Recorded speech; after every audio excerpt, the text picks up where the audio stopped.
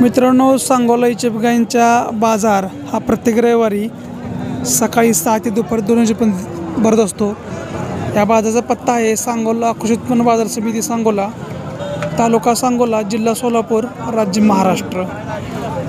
सध्या बाजारामध्ये गायींच्या किमती ह्या 50-60 हजारापासून 1.5-2 लाखापर्यंत आहेत। जसं गायीची क्वालिटी त्याप्रमाणे किमती आहेत।